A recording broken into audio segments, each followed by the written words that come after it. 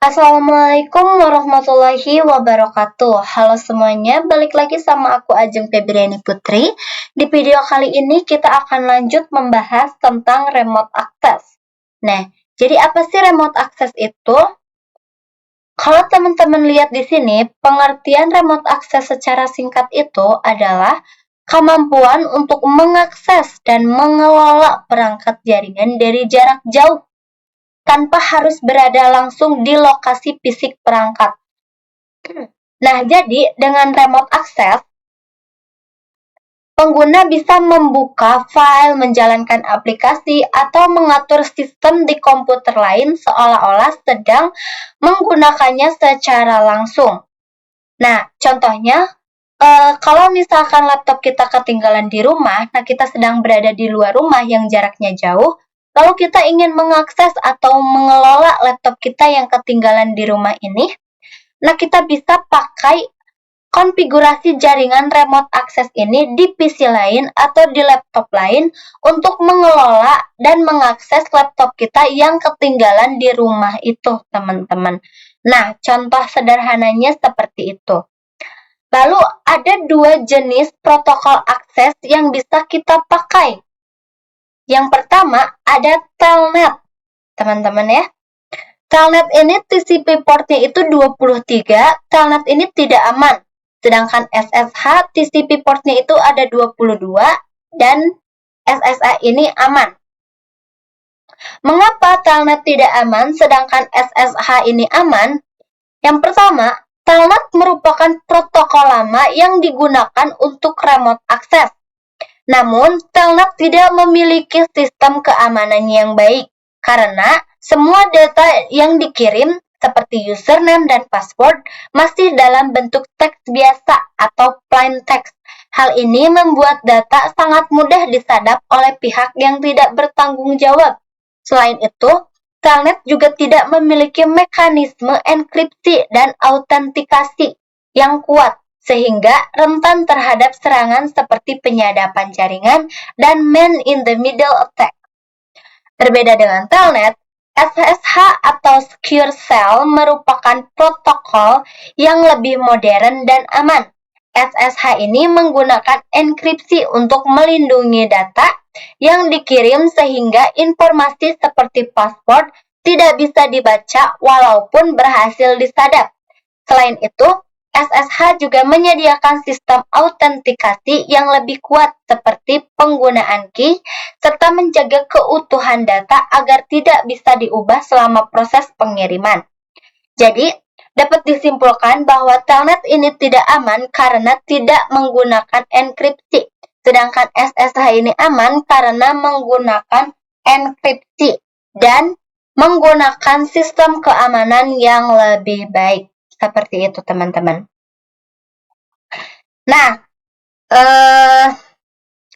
selanjutnya kita akan lanjut ke implementasi cara menggunakan telnet dan SSH ini di aplikasi Cisco Packet Tracer. Ini aku udah di aplikasi Cisco Packet Tracer dan aku udah buat topologi seperti ini. Aku menggunakan 4 PC, 1 switch, dan 1 router. Nah, masing-masing perangkat ini akan kita kasih IP ya teman-teman. Untuk IP router, kita kasih 192.168.1.1. Untuk PC yang ini, 192.168.1.2. Untuk PC yang ini, 192.168.1.3. Untuk PC yang ini, 192.168.1.4. Nah, dan untuk PC yang ini, 192.168.1.5. Seperti ini, teman-teman. Nah, lalu kita akan masukkan PC-PC ini ke dalam, kita akan masukkan IP-IP ini ke dalam PC ya, teman-teman. Nah, PC-PC yang di sini ya, kita masukkan ke dalam IP.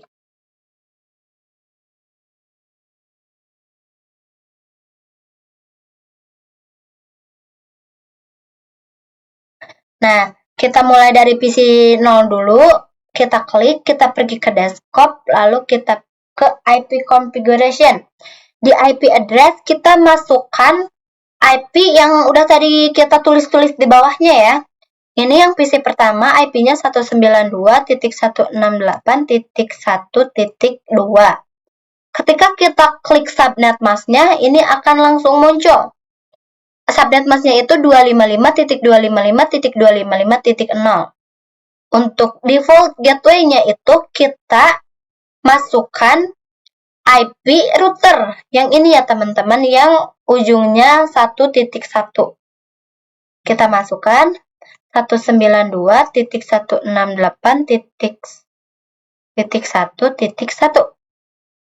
Default gateway semua PC itu harus sama ya teman-teman. Jadi ini kita copy, lalu kita ke PC kedua, kita pergi ke IP configuration, lalu kita masukkan IP-nya 192.168.1.3. Kita klik, lalu kita masukkan IP router yang tadi udah kita copy. Kita tinggal paste aja. Nah, ini juga sama. 192.168.1.4. Maaf, titik 4. Paste.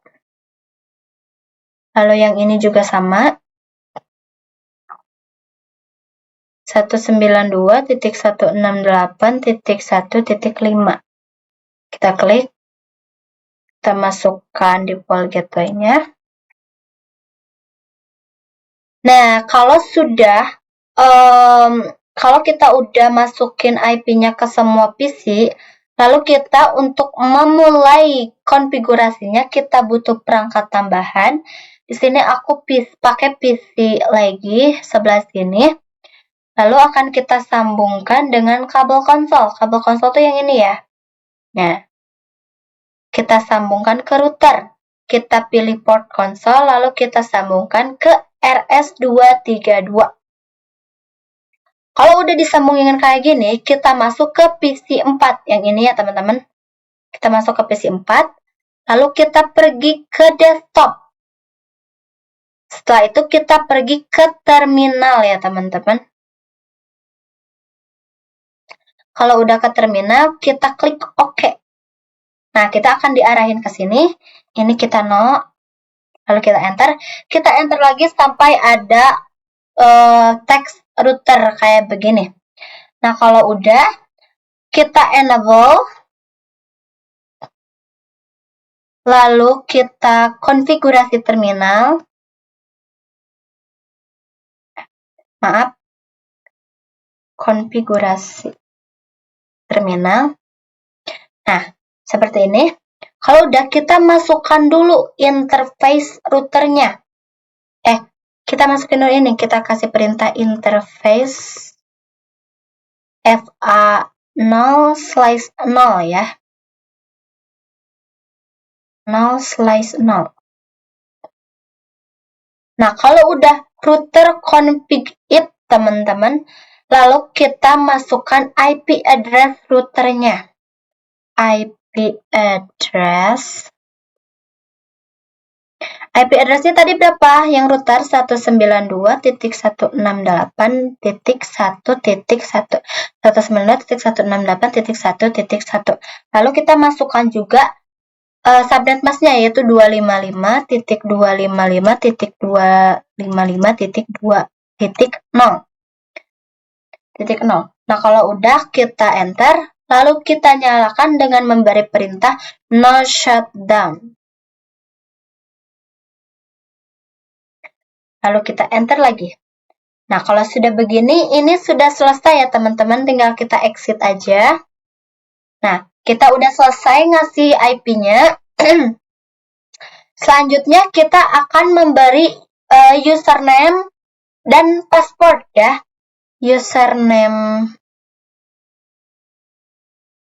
Username-nya itu misalkan aku radio. Password-nya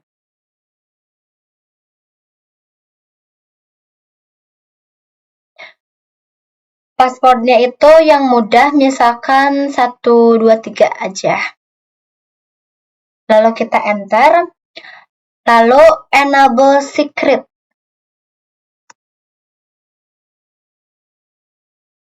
Nah, usahakan enable secret dengan password yang ini berbeda ya teman-teman. Ini aku contohnya 222 aja. Lalu kita enter. Nah, untuk password yang ini sama enable secret itu berbeda ya. Kalau password ini password untuk loginnya ya teman-teman. Kalau enable secret ini ya passwordnya. Begitu. Kalau sudah begini,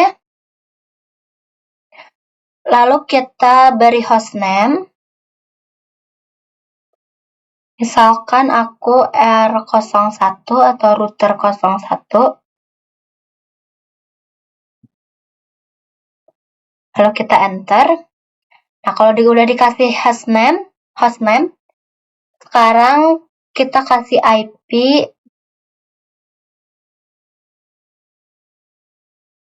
IP domain name.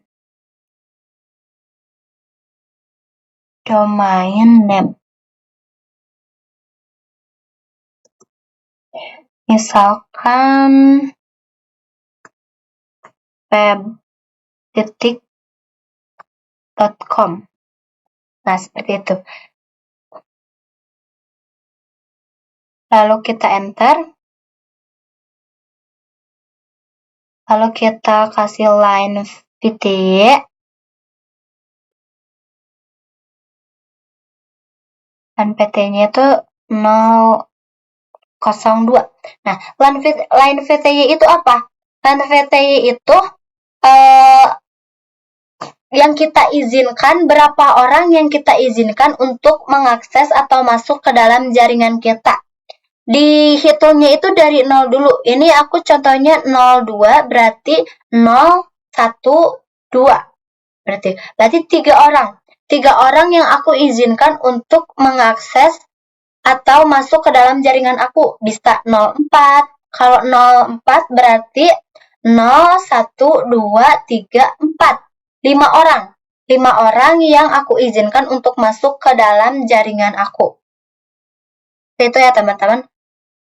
Nah, kalau udah gini langsung kita transport. Kita kasih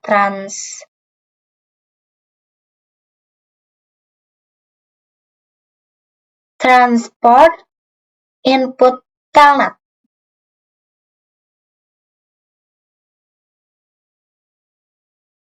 Nah, ini itu apa?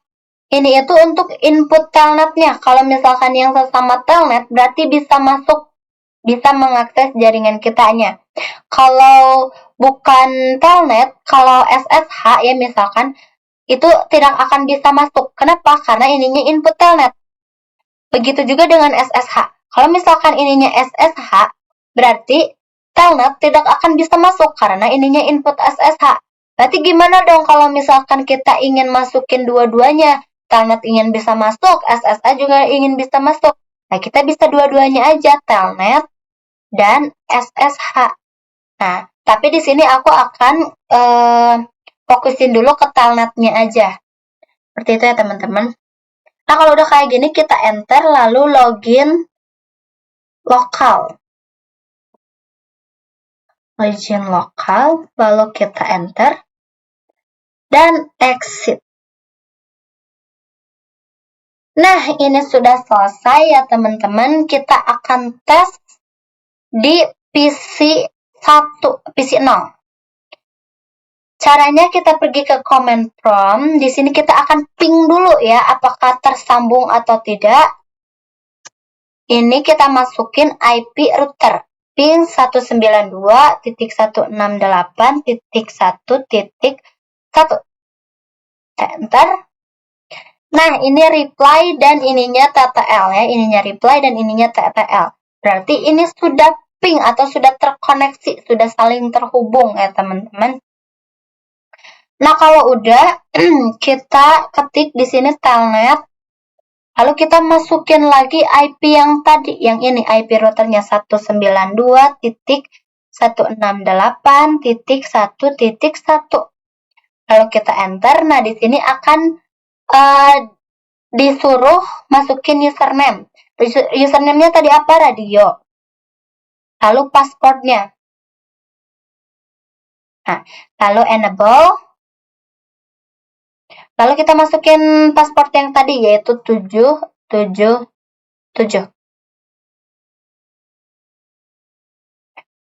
Aku lupa lagi passwordnya tadi.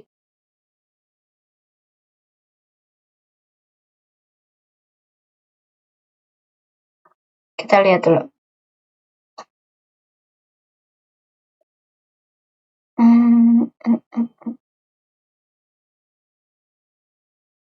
Tadi passwordnya itu 222 ya teman-teman. 222.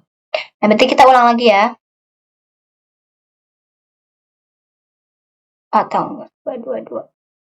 Nah, ini sudah bisa ya teman-teman. Kalau udah kita tinggal. Nah, kalau udah ini udah selesai. Di sini kita bisa langsung konfigurasi ya teman-teman. Di sininya kita bisa langsung mengakses. Seperti itu. Nah, kalau itu tadi yang telnet. Kalau yang SSH bagaimana? Sebetulnya tidak jauh berbeda dengan yang telnet di terminal. Nah, kalau di SSH itu, kalau sudah seperti ini, kita tinggal lanjut memberikan crypto key generate RSA. Crypto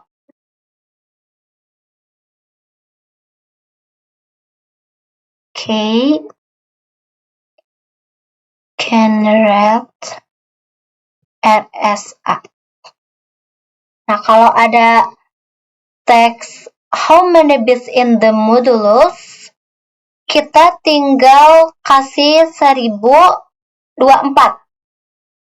Jadi, ini tuh apa? 1024 itu adalah bit yang bisa kita pakai, ya.